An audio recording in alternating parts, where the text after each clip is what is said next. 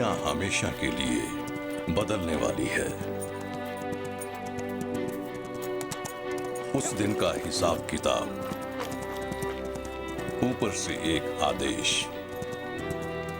गिनने का समय, संसार का राज्य निष्ठुर हाथों में।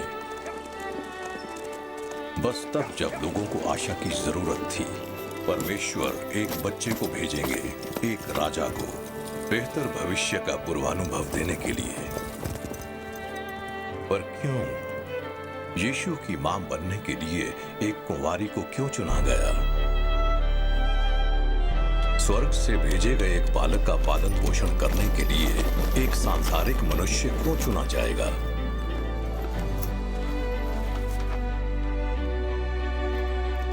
सबसे गरीब तबके के लोगों को तरजीह क्यों दी गई कि नए जन्मे राजा को देखें? यहूदियों के राजा को भक्ति करने के लिए पूर्व से राजा क्यों आए? बैतलहम क्यों? और शायद सबसे अति महत्वपूर्ण प्रश्न, हम क्यों परवाह करें? और बैतलहम इस बच्चे के क्या मायने होने चाहिए मेरे लिए? हालांकि बहुत से साल बीत चुके हैं और बैतलहम में वो गोशाल बहुत समय से भुला दी गई है। हमें समय की धुंध के माध्यम से अपनी टकटकी पर ध्यान केंद्रित करने की जरूरत है, पवित्र शास्त्र के लेंस के माध्यम से, और अपनी कल्पना का इस्तेमाल करना है क्रिसमस की कहानी बदलने के लिए नहीं, बल्कि लोगों, स्थानों और परिस्थितियों को देखने के लिए जो यीशु के जन्म का हिस्सा हो सकती थीं। और ऐसा करते हुए हम जवाब देंगे रहस्य का, अर्थ का और उस प्रश्न का कि यीशु जन्म क्यों?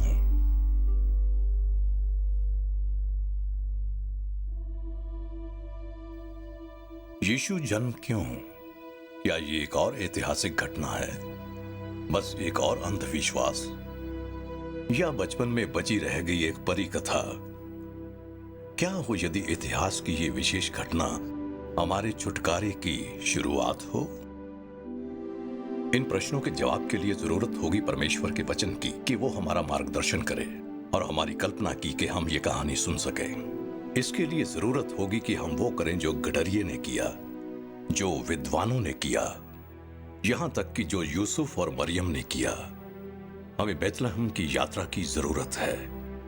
मैं हूं डेविड जरमाया। क्या आप मेरे साथ किसी दूर दराज स्थान पर और एक ऐसे समय पर फिर से यात्रा नहीं करना चाहेंगे जिसे भुलाया जा सकता है? चलिए अपनी दिशा निर्धारित करते हैं 2 सहस्त्राब्दी पहले के लिए, इतिहास के विभाजन बिंदु। दृश्य है यहूदिया की शांत प्राकृतिक छटा पर छोटा सा शहर, जहां आए दिन चमत्कार की खबरें आती रहती हैं। तो अब हम तैयार हैं उन सवालों की छानबीन करने के लिए क्रिसमस के आश्चर्य के माध्यम से, जो हमारी अद्भुत यात्रा के इर्द गिर्द है। क्योंकि हमारे लिए एक बालक उत्पन्न हुआ है, हमें एक पुत्र दिया गया है, और प्रभुता उसके कंधों पर होगी,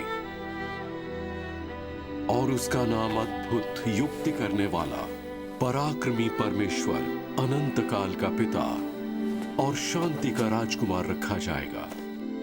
तब जब लोगों को उम्मीद की सबसे ज्यादा जरूरत थी, परमेश्वर ने भविष्यवक्ताओं को भेजा एक बेहतर तस्वीर का पूर्वानुभव देने के लिए।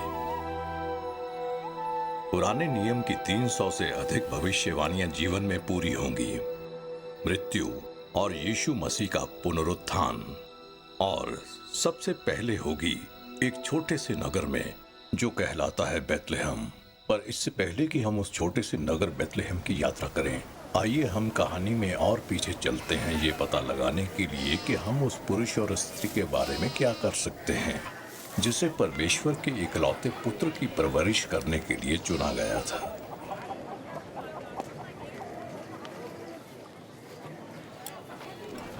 यूसुफ और मरियम पले बड़े नासरत नामक के एक साधारण से नगर में।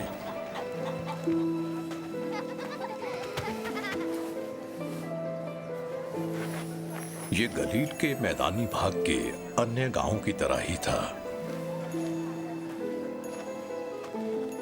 ज्यादातर उम्मीद ये है कि दोनों ने मैदानों में और नगर के चौराहों पर बच्चे के रूप में एक साथ खेल खेला होगा।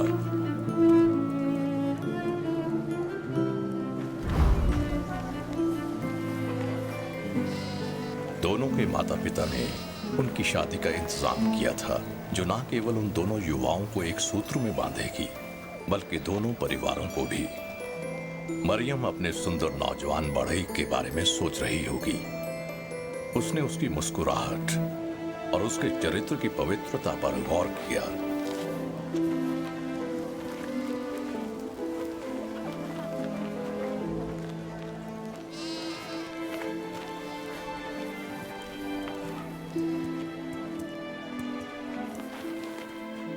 यूसुफ संभवतः एक साधारण और कुशल व्यक्ति था।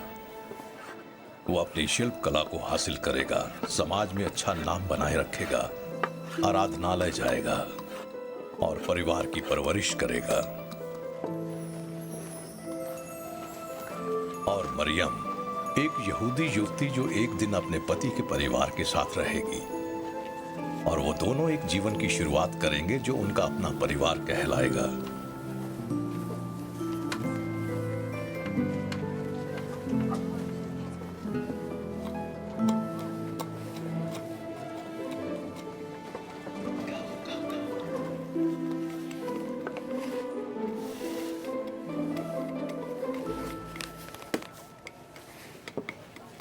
इस युवा दंपति की शादी की तैयारी में शामिल थे दंपति के दिए गए दोनों परिवारों के बीच के उपहार। धन्यवाद। क्या है? कोई बात नहीं, ये है कुछ अंगूर और पनीर। यही लड़कों के लिए? पसंद आए सचमुच? तुम इन्हें बांट ठीक है। भी सकते हो। हाँ, हे दोस्तों, ये देखो। हे, मरियम और यूसुफ ने समारोह के आनंद और उल्लास की उम्मीद की, जिसमें उन्हें अच्छे कपड़े पहनने और महंगे आभूषण पहनने और खास ढंग से तैयार भोजन करने का अवसर मिला, और सबसे बढ़कर अपने प्रेमी के साथ खुशी खुशी शादी के बंधन में बंधने का।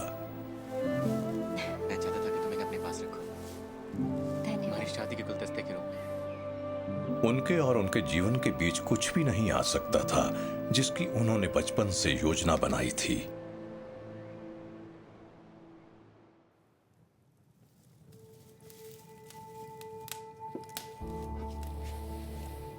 मरियम का पूर्वानुमानित सामान्य जीवन उसके परिवार और समाज की उपयोगी सेवा में व्यतीत होगा।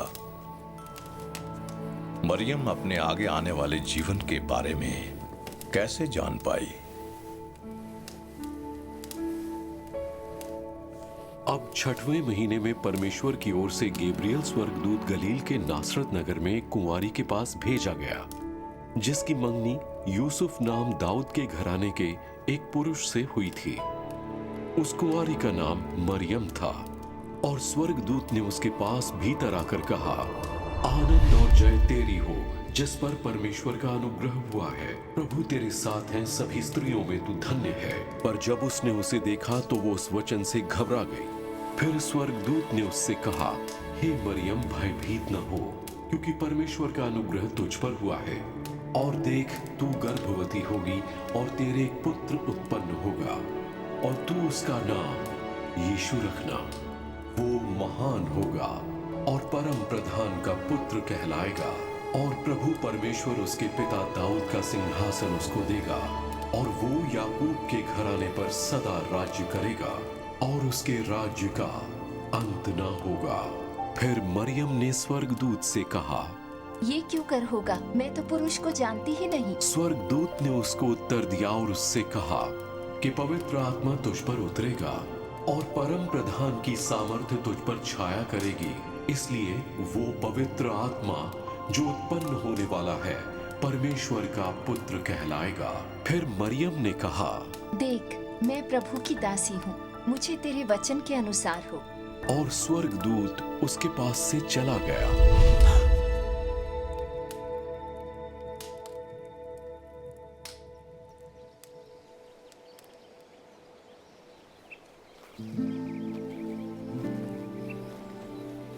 मैं मैंने अपने पूरे मरियम जीवन में क्यों? पति का सपना देखा है। वो एक जो कुंवारी सबसे थी ज्यादा जिसने शास्त्र अपेक्षित वचन का है। सम्मान वो किया मेरा और वचन अपने का पिता की सिद्धांत इच्छा का पालन एक किया। चमत्कार है। वो परमेश्वर के उसी इकलौते ने पुत्र कहा, को जन्म और मुझे देने पता के लिए था, एक मैं शुद्ध तुमसे पात्र बात थी, करना एक चाहती घर हूँ। जिससे ये वो सब दुनिया को लेकिन मुक्ति तुम देने क्या के लिए समझते प्रकट हो? होगा।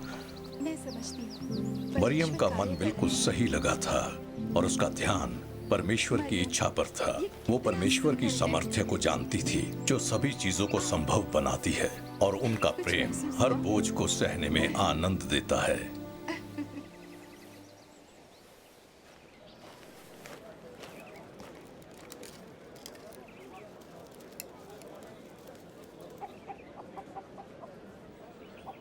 हम कल्पना कर सकते हैं कि मरियम की तरह ही यूसुफ एक व्यवस्थित और साधारण जीवन की इच्छा रखता है। निश्चय ही यूसुफ का जीवन सही दिशा में आगे बढ़ रहा था। वो प्रेम में था और वो सभी तैयारियां कर रहा था जो जरूरी थीं मरियम से उसकी शादी के लिए।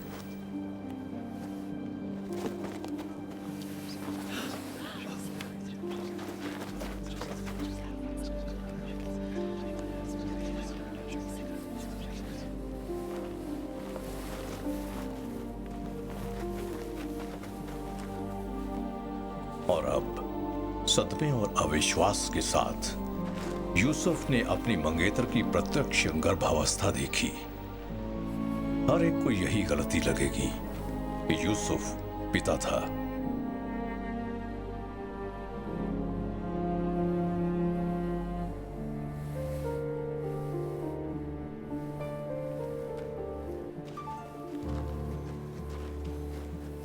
बाइबल हमें बताती है कि यूसुफ एक धर्मी और सम्मानित व्यक्ति था जिसे अब एक कठिन निर्णय का सामना करना हमें पड़ा। वापस आने की जरूरत अपने बारे में सोचो। मेहरबानी करके इससे नहीं, बात करो। बिल्कुल नहीं। तुम्हारी अपने बात बारे का में कोई सोचो। मतलब और यद्यपि व्यवस्था के अनुसार उसे मरियम को त्यागने का अधिकार था, वो धर्मी था और वो सार्वजनिक रूप से उसे अपमानित करने के लिए तैयार नहीं था।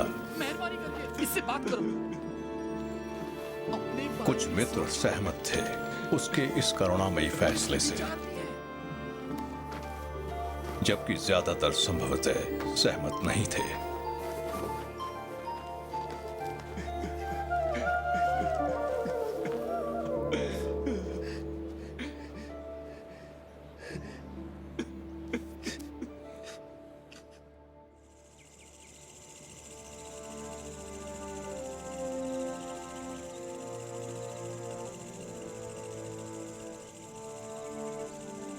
वो एक व्यभिचार भी है। तुम्हारी बात का कोई मतलब नहीं है। तुम्हें उसे छोड़ना होगा। तुम पागल हो गए हो। हमें वापस जाने की जरूरत है। पूरे नगर के सामने नहीं। तुम्हें उसे छोड़ना होगा। हे परमेश्वर, मुझे क्या करना है मैं नहीं जानता।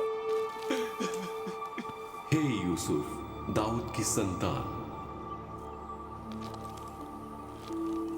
तू अपनी पत्नी मरियम को अपने यहां ले आने से मत डर, क्योंकि जो उसके गर्भ में है वो पवित्र आत्मा की ओर से है। वो पुत्र जनेगी और तू उसका नाम यीशु रखना, क्योंकि वो अपने लोगों का उनके पापों से उद्धार करेगा। ये सब कुछ इसलिए हुआ कि जो वचन प्रभु ने भविष्यवक्ता के द्वारा कहा था वो पूरा हो, कि देखो एक कुंवारी गर्भवती होगी और एक पुत्र जनेगी और उसका नाम इम्मानुएल रखा जाएगा, जिसका अर्थ ये है परमेश्वर हमारे साथ है। जब यूसुफ अपने स्वप्न से जागा तब उसने बिल्कुल वही किया जो प्रभु के दूत ने उसे करने की आज्ञा दी थी। उसने परमेश्वर पर और उस वचन पर भरोसा किया जो उसे परमेश्वर के दूत से मिला था।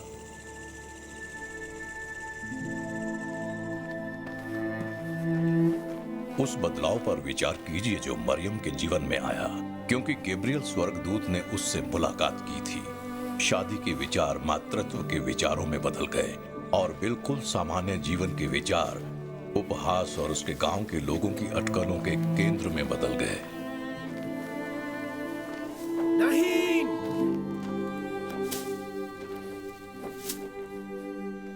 नहीं। मरियम ही क्यों? मरियम ने खुद सोचा होगा। वास्तव में उसके चुने जाने का कारण केवल परमेश्वर जानते हैं। लेकिन हम ये जानते हैं कि उसे परमेश्वर का अत्यधिक अनुग्रह प्राप्त था। उसने पवित्र शास्त्र की आज्ञा मानी और परमेश्वर की रहस्यमय योजना के सामने समर्पण कर दिया। मरियम ने प्रार्थना की कि यूसुफ भी ऐसा ही करे।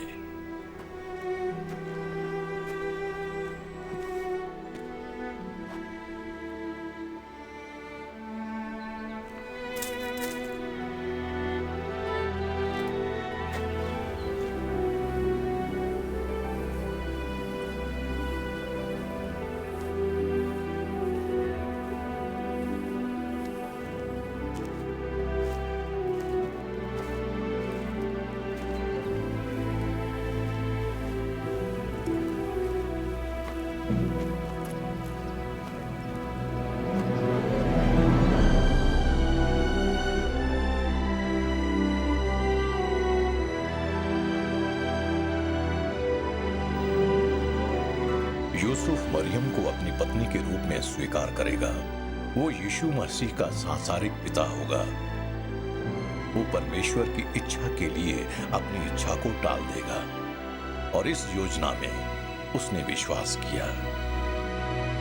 और यूसुफ प्रभु के दूत की आज्ञा अनुसार अपनी पत्नी को अपने यहाँ ले आया और जब तक वो पुत्र न जनी तब तक वो उसके पास न गया और उसने उसका नाम यीशु रखा। विशाल रोमन साम्राज्य के बारे में ऐसा क्या था जो मसीह के आने के लिए आदर्श स्वरूप था? अनजाने में रोमन स्वयं इस जवाब का हिस्सा थे, क्योंकि इतिहास में पहली बार भूमध्य सागरीय संसार सभ्यता का पालना संगठित हुआ था। सभी सड़कें रोम की ओर जाती थीं और रोमन सड़कें धरती पर लगभग हर जगह जाती थीं, जिसमें शामिल था यरूशलेम और आसपास का वो पूरा इलाका जहां रोमन शासक हेरोदेस महान ने निर्ममता और बेदर्दी के साथ शासन किया था।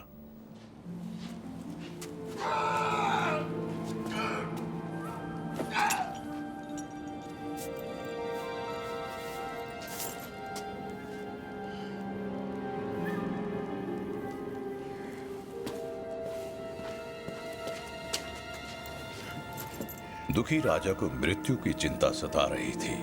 उसी समय कोई उसे जीतने आ रहा था। वो अंतिम संस्कार की व्यवस्था कर रहा था, असफल रूप से आत्महत्या करने का प्रयास कर रहा था और रात भर जागता रहा, ये सोचते हुए कि कौन उसका मुकुट चुराने आएगा। हेरोदेस के लिए राजा बनना अच्छा नहीं था। वो कब तक सिंहासन पर बना रहेगा? उसकी सत्ता को खतरे में डालने के लिए कौन आएगा? पहली सदी की दुनिया में और भी कई तरह की धारणाएं मौजूद थीं, लेकिन कोई और धारणा मानवता के इतिहास में सबसे बड़े साम्राज्य को ढहाने में सक्षम नहीं थी। यीशु ना केवल सही समय पर आए, बल्कि वो सही संदेश लेकर आए। वो उम्मीद और प्रकाश लेकर आए। तलवार के बल पर शासित दुनिया में ये गुरु संपूर्ण शांति लाएगा। हिंसा और प्रतिशोध से भरे इस संसार में वो अपने शत्रुओं से प्रेम करना सिखाएगा। मृत्यु के इस संसार में उसने नए और अनंत जीवन की उम्मीद प्रदान की। रोमियो ने दहशत के बल पर राज्य किया। वो प्रेम के द्वारा संसार पर राज्य करेगा। वो दुनिया पर अधिकार करने का संदेश था। जब समय पूरा हुआ, तब जब उसका सत्य और प्रेम बहुत ही प्रभावी ढंग से फैल सकता था, यीशु सबसे महत्वपूर्ण, सबसे मौलिक संदेश लेकर आए, जो पहले कभी भी पेश नहीं किया गया। गौशाला में जल्द ही जो होने वाला था, छोटे से बैतलहम में, वो इतिहास को फिर से परिभाषित करेगा, सही समय पर, हमेशा के लिए। और उन दिनों ऑगुस्तुस कैसर की ओर से आज्ञा निकाली गई कि सारे जगत के लोगों के नाम लिखे जाएं। तो सब लोग नाम लिखवाने के लिए अपने अपने नगर को गए।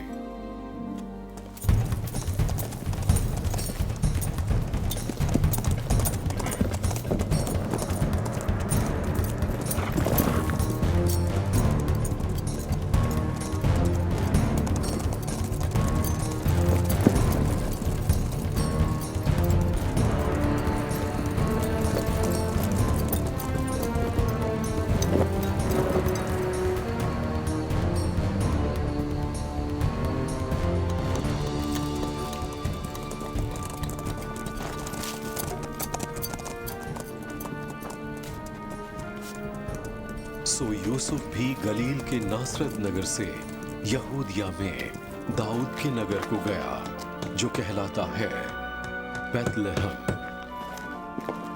क्योंकि वो दाऊद के घराने और वंश का था, अपनी मंगेतर मरियम के साथ जो गर्भवती थी नाम लिखवाए।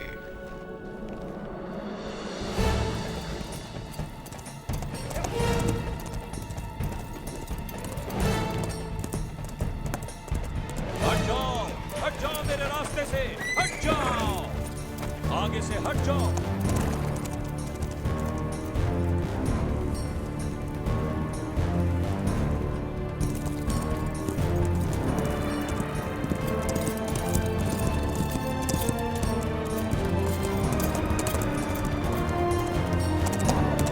रोमी, रोमी यहाँ है।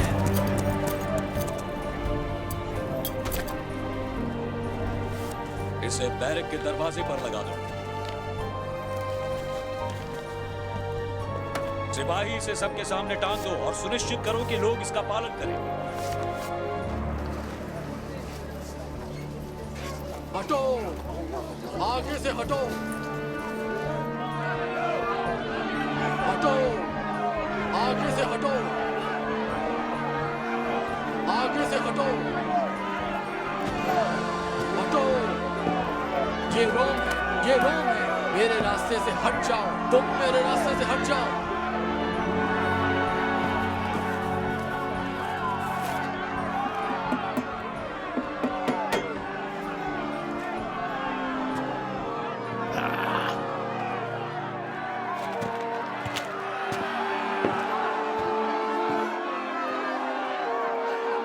रोमी साम्राज्य के लोगों को नाम लिखवाने जाना था और उन सभी इजरायलियों को जो राजा दाऊद के वंशज थे उन्हें अपने गृह नगर बेतलेहम को रिपोर्ट करने का निर्देश दिया गया था, जिसमें मरियम और यूसुफ शामिल थे।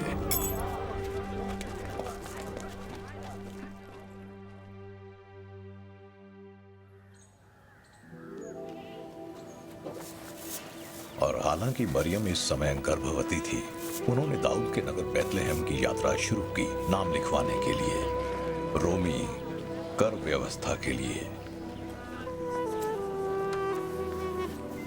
तैयारी पूरी हो गई है, चले। वो दिन आ गया जब मरियम और यूसुफ को नासरत का अपना शांत सा घर छोड़ना पड़ा और बेतलहम में अपना नाम लिखवाने के लिए अपनी यात्रा पर निकलना पड़ा। मुझे तुम्हारी याद आएगी। आने के जब लिए वे जाने के धन्यवाद। लिए तैयार हुए, उनके दोस्त और परिवार के लोग उन्हें शुभकामना देने के लिए इकट्ठा हुए। जल्दी ही पैदा होने वाले बच्चे के लिए दस्तकारी किए हुए उपहार दिए। एक तोहफा, धन्यवाद तुम्हारे बच्चे के लिए। धन्यवाद। और आशीष के वचन बोले और उनके लिए प्रार्थना की। तुम्हारी याद आएगी, तुम्हें भी याद करो। परमेश्वर आशीष दे। धन्यवाद। धन्यवाद। मरियम, ये तुम्हारे लिए। ओह, सफर के दौरान ये उसे गर्म रखने के लिए है। धन्यवाद। मैं इसे हमेशा संभाल कर रखूंगी। बेशक। मेहरबानी युवा करिए। दंपति पहला कदम उठाने वाले थे एक ऐसी अद्भुत दुनिया में जाने के लिए जिसकी उन्होंने कभी कल्पना भी नहीं की होगी।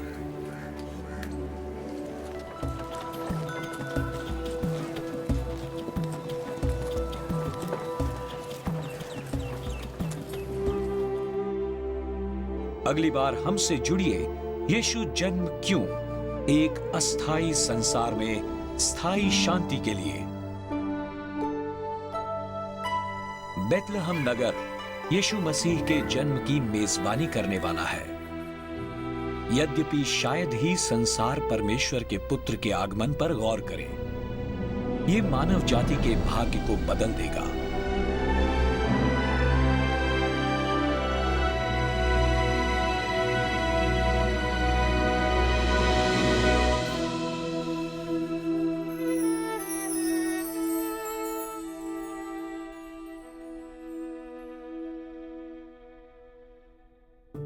आज देखने के लिए आपका धन्यवाद। क्योंकि आप यीशु मसीह के जन्म और पहले क्रिसमस के बारे में डॉक्टर जेरेमिया के वचनों पर चिंतन करते हैं। यदि आप यीशु मसीह के बारे में और उनमें अपनी आशा के बारे में और अधिक जानना चाहते हैं तो डॉक्टर जेरेमिया आपके साथ एक मुफ्त संसाधन साझा करना चाहेंगे। एक बुकलेट जो कहलाती है आपका महानतम दिशा परिवर्तन, जो आपकी मदद करेगा मसीह के साथ आपके संबंध की शुरुआत करने में। जब आज आप टर्निंग पॉइंट से संपर्क करेंगे तो ये संसाधन आपके लिए बिल्कुल मुफ्त है। अगली बार हमसे जुड़िए यीशु जन्म क्यों, एक अस्थाई संसार में स्थायी शांति के लिए। देखने के लिए धन्यवाद। यदि आप यीशु जन्म क्यों या डेविड यर्मियाह के बारे में और ज्यादा जानना चाहते हैं तो www.yjkfilm.org पर जाइए।